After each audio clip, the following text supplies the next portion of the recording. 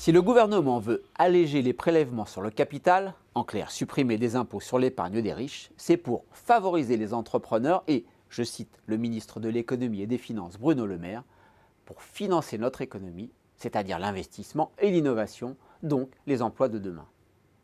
La baisse des impôts d'aujourd'hui fait-il les investissements de demain et les emplois d'après-demain? On peut malheureusement en douter. Le projet de budget du gouvernement prévoit d'exonérer de l'impôt sur la fortune les patrimoines financiers pour un coût de 3 à 3,8 milliards d'euros de recettes budgétaires perdues selon les estimations, et de mettre en œuvre une taxation forfaitaire de l'ordre de 30% des revenus des placements financiers, intérêts, dividendes, plus-values. Une baisse drastique pour un coût estimé entre 1,5 milliard par le gouvernement et 4 milliards par les économistes de l'OFCE. Coût total donc de 4,5 à 8 milliards d'allègements d'impôts par an pour les plus fortunés, puisque les 2/3 des ménages dont le patrimoine est supérieur à 2 millions d'euros détiennent des placements financiers.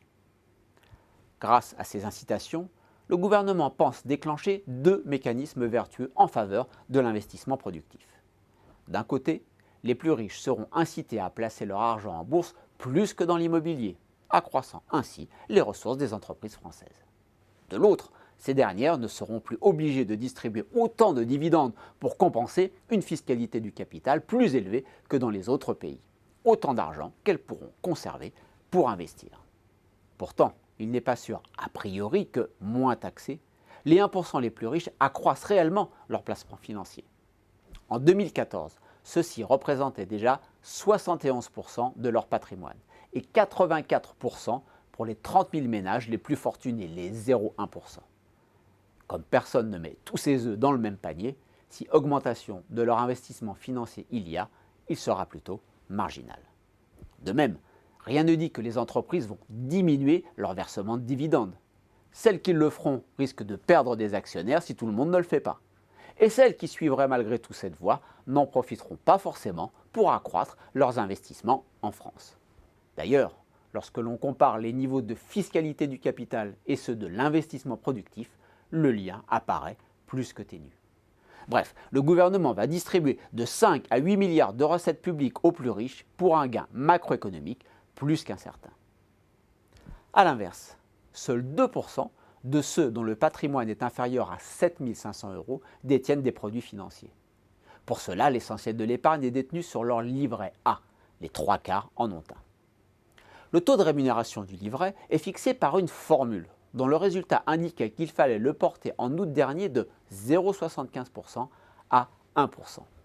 Mais le gouvernement a décidé de geler ce taux pour 2 ans au moins. L'inflation sera sûrement plus élevée, ce qui signifie que la valeur des plus petites épargnes sera rognée. De combien?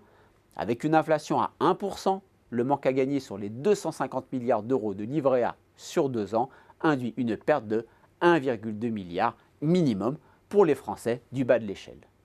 Si, comme mon confrère de Mediapart, Laurent Monduit, vous prenez en compte tous les livrets dont le taux est indexé sur celui du livret A, vous arrivez à 2,3 milliards de perdus par an.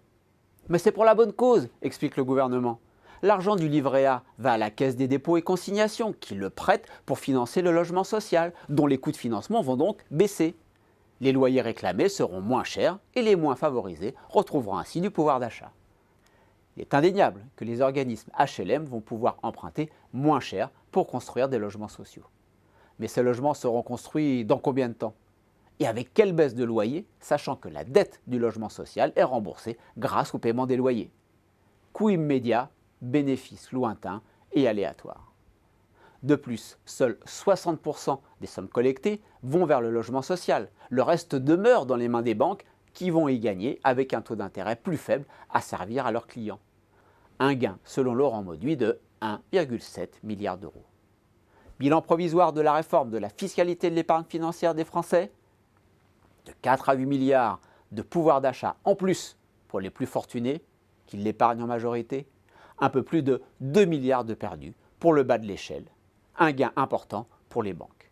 C'est ce que le gouvernement appelle faire entrer le pays dans le XXIe siècle. On a plutôt l'impression d'un retour vers les inégalités du XIXe siècle.